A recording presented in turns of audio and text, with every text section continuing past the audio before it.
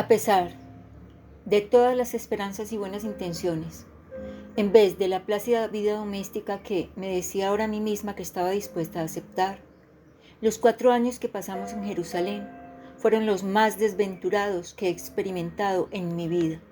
Y cuando se ha vivido tanto tiempo como yo, esto es mucho decir.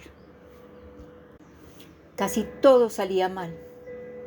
A veces tenía incluso la impresión de estar reviviendo la peor parte de la vida de mi madre, y solía recordar, con el corazón endurecido, las cosas que se nos contaban sobre los años en que ella y padre eran tan terriblemente pobres en Rusia. No era que el dinero como tal me importara realmente, ni me haya importado nunca desde entonces, ni que la comodidad física fuese especialmente importante. En primer lugar, nunca había tenido mucho de las dos cosas, y de todos modos no habíamos ido a Palestina para mejorar nuestras condiciones materiales. Tanto Morris como yo habíamos conocido sobradamente la pobreza antes de entonces, y los dos estábamos acostumbrados a un nivel de vida muy modesto, por decirlo suavemente. Estábamos, además, habituados a una forma de vida que se basaba en desear y tener muy poco. Lo suficiente para comer, un lugar limpio en que dormir, un libro o un disco nuevos de vez en cuando, eran todo lo que cualquiera de los dos deseábamos en el plano material. Las llamadas cosas mejores de la vida no solo estaban más allá de nuestro alcance, sino que en su mayor parte nos eran desconocidas. Y si los tiempos hubieran sido un poco más fáciles, nos las habríamos arreglado perfectamente con el pequeño sueldo de Morris. Pero los tiempos no eran más fáciles y había necesidades básicas que era preciso atender. Nuestras propias necesidades y sobre todo las de nuestros hijos. Tenían que ser decentemente alojados y alimentados de alguna manera. La ausencia del miedo a no poder dar a los propios hijos ni siquiera esas cosas esenciales, por mucho que se intente, es a mi juicio el derecho fundamental de todos los padres. Yo sabía esto en teoría mucho antes de experimentar personalmente tal inquietud, pero después de haberla experimentado nunca la olvidé. Una de las grandes fuerzas internas de la vida de kibutz es desde luego que nadie tiene que enfrentarse nunca a solas con este tipo de inquietud. Aunque un kibutz sea todavía muy joven o haya tenido un año malo y los adultos se vean obligados a apretarse el cinturón, los niños de kibutz siempre tienen comida suficiente. Durante aquella difícil época que pasamos en Jerusalén, yo solía pensar con frecuencia en Merhavia, llena de angustia. Y 20 años después, en los primeros momentos de la Segunda Guerra Mundial, recordando lo que había sentido entonces, sugerí públicamente en una ocasión que todo el Yishuv se convirtiera en una especie de kibutz mientras durase la emergencia, estableciendo una red de cocinas cooperativas a fin de que, entre otras cosas, sucediera lo que sucediese, los niños tuvieran garantizado por lo menos una alimentación suficiente. La sugerencia fue rechazada o, en cualquier caso, nunca fue llevada a la práctica, aunque sigo creyendo que era muy razonable. Pero no era solo la pobreza, ni siquiera el constante temor a que mis hijos tuvieran hambre, lo que me hacía tan desgraciada.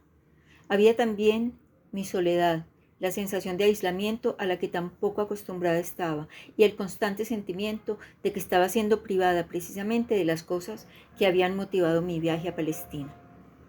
En vez de ayudar activamente a construir el hogar nacional judío y trabajar intensa y eficazmente para lograrlo, me encontraba enjaulada en un minúsculo piso de Jerusalén con todos mis pensamientos y toda mi energía concentrados en la tarea de subsistir con los ingresos de Morris. Para empeorar las cosas, el Sol Elbonek solía pagarle generalmente su sueldo en bonos que nadie, ni el casero, ni el lechero, ni el maestro de la escuela maternal de Menahem, quería aceptar en lugar de dinero en efectivo. El día de pago me precipitaba a la pequeña tienda de comestibles de la esquina para convencer al tendero de que me cambiara un vale de 1 libra, 100 piastras, por 80 piastras, que sabía que era todo lo que me daría por él. Pero tampoco estas 80 piastras me eran entregadas, ni mucho menos en metálico, sino en un puñado de bonos nuevos. Con estos me dirigía entonces a la mujer que vendía pollos. Discutía con ella durante unos 20 minutos y, Finalmente, si había suerte, la convencía para que me aceptara mis bonos, tras haber deducido el 10 o 15% de su valor, a cambio de un trocito de pollo con el que podía hacer sopa para los niños. A veces venía Shammai a pasar 1 o 2 días en Jerusalén y nos traía un queso o una caja de fruta y verdura que Sheina enviaba con él. Nos dábamos entonces un verdadero banquete y yo me sentía por una temporada menos inquieta por la alimentación de la familia, pero la mayor parte del tiempo me hallaba totalmente devorada por la preocupación. Hasta el nacimiento de Sara, en la primavera de 1926, ganábamos un poco de dinero extra alquilando una de nuestras 2 habitaciones, aunque no tenía ni gas ni electricidad. Pero cuando llegó Sara, decidimos que tendríamos que prescindir de la renta, por difícil que nos resultara pasarnos sin ella, a fin de que los niños tuvieran una habitación propia. La única manera de compensar la diferencia sería que yo empezara a realizar alguna clase de trabajo que no me obligara a dejar sola a la niña. Así pues, sugerí al maestro de la escuela maternal de Menahem que yo me encargaría de lavar toda la ropa de la escuela a cambio de la asistencia gratuita de mi hijo. Así pues, durante horas y horas de pie en el patio, restregaba montones de pequeñas toallas, delantales y baberos, calentando en el hornillo un balde tras otro de agua y preguntándome qué haría si se rompía la tabla de lavar. No era el trabajo lo que me importaba. En Merhavia había trabajado mucho más y me gustaba. Pero en Merhavia había formado parte de un grupo, había sido miembro de una dinámica sociedad cuyo éxito era para mí más importante que casi ninguna otra cosa en el mundo. En Jerusalén era una especie de prisionera condenada, como lo están millones de mujeres por circunstancias que escapan a su control, a batallar por facturas que no podía pagar, tratando de impedir que se rompieran los zapatos porque era imposible comprar otro par, angustiándome cada vez que un niño tosía o caía con fiebre, por miedo a nuestra inadecuada alimentación y nuestra imposibilidad de mantener caliente el piso durante el invierno y que llegara a afectar de alguna manera permanente su salud. Naturalmente unos días eran mejores que otros. Cuando brillaba el sol y el cielo estaba azul, y yo creo que en Jerusalén el cielo estival es más azul que en ninguna otra parte, me sentía llena, si no de desesperación, sí de un amargo resentimiento contra mi suerte en la vida. Esto era todo: pobreza, trabajo agotador y ansiedad. Lo peor era que ni siquiera podía comunicar a Morris mis sentimientos. Necesitaba desesperadamente descanso, alimentación adecuada y paz de espíritu. Pero ninguna de estas cosas estaba a nuestro alcance, y yo no veía cómo podría cambiar nada en un inmediato futuro. Las cosas iban también muy mal en el Sol el Boneg, y nos aterraba la idea de que pudiera cerrarse. Una cosa era proyectar entusiásticamente un extraoficial departamento de obras públicas y dedicarse a colocar y a adiestrar judíos en negocios de construcción, y otra muy distinta, adquirir el capital y la experiencia necesarios para construir casas y carreteras. La única forma en que el Sol el Boneg podía pagar en aquellos tiempos era por medio de vales de 100 o 200 libras, los cuales quedaban cubiertos con vales por cantidades mayores que Sol el Boneg recibía como pago una vez terminada la obra. Una de las muchas historietas que la gente contaba por aquel entonces sobre la construcción en Palestina se refería a un judío que decía que si tuviera únicamente un cojín de plumas podría construirse una casa.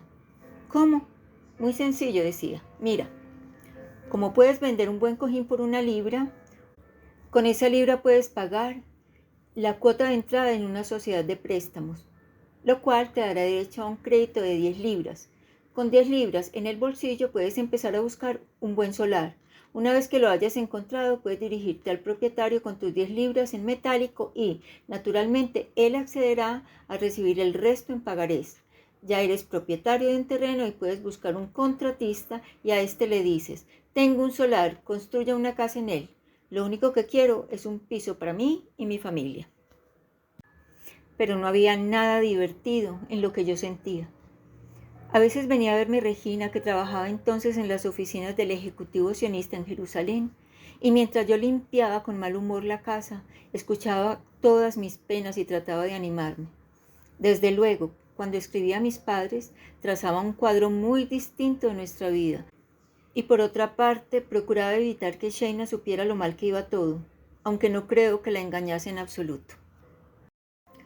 Cuando rememoro aquella época me doy cuenta con extrañeza de que yo no percibía realmente entonces nada más que mi entorno inmediato, aunque Jerusalén era a la sazón sede del gobierno mandatario, el lugar desde el que los altos comisarios británicos, Sir Herbert Samuel, que fue sustituido en 1925 por Lord Plummer, gobernaban el país. Como siempre, a todo lo largo de la historia, Jerusalén era una ciudad fascinante. En parte, era entonces y sigue siendo un mosaico de templos y lugares sagrados y en parte el cuartel general de una administración colonial. Pero por encima de todo, era el símbolo vivo de la continuidad de la historia judía y el lazo que unía y une al pueblo judío con esta tierra. Su población no se parecía en nada a la de ningún otro lugar de Palestina. Hasta nuestro barrio era exótico. Emplazado en la frontera de Mea Shearim, el distrito de Jerusalén, que aún hoy se halla habitado por judíos ultraortodoxos, cuya conducta, vestiduras y prácticas religiosas han sido conservadas casi intactas desde la Europa oriental del siglo XVI, y que pensaban que judíos como Morris y yo estaban a solo un paso del paganismo. Pero de un modo u otro, los hitos y las perspectivas de la ciudad, la colorista procesión de personas de todos los credos y razas que pasaban por las calles de Jerusalén, aun en los días más corrientes, no me causaban gran impresión. Estaba demasiado cansada, demasiado abatida y demasiado preocupada por mí misma y por mi familia como para mirar a mi alrededor, como hubiera debido hacer.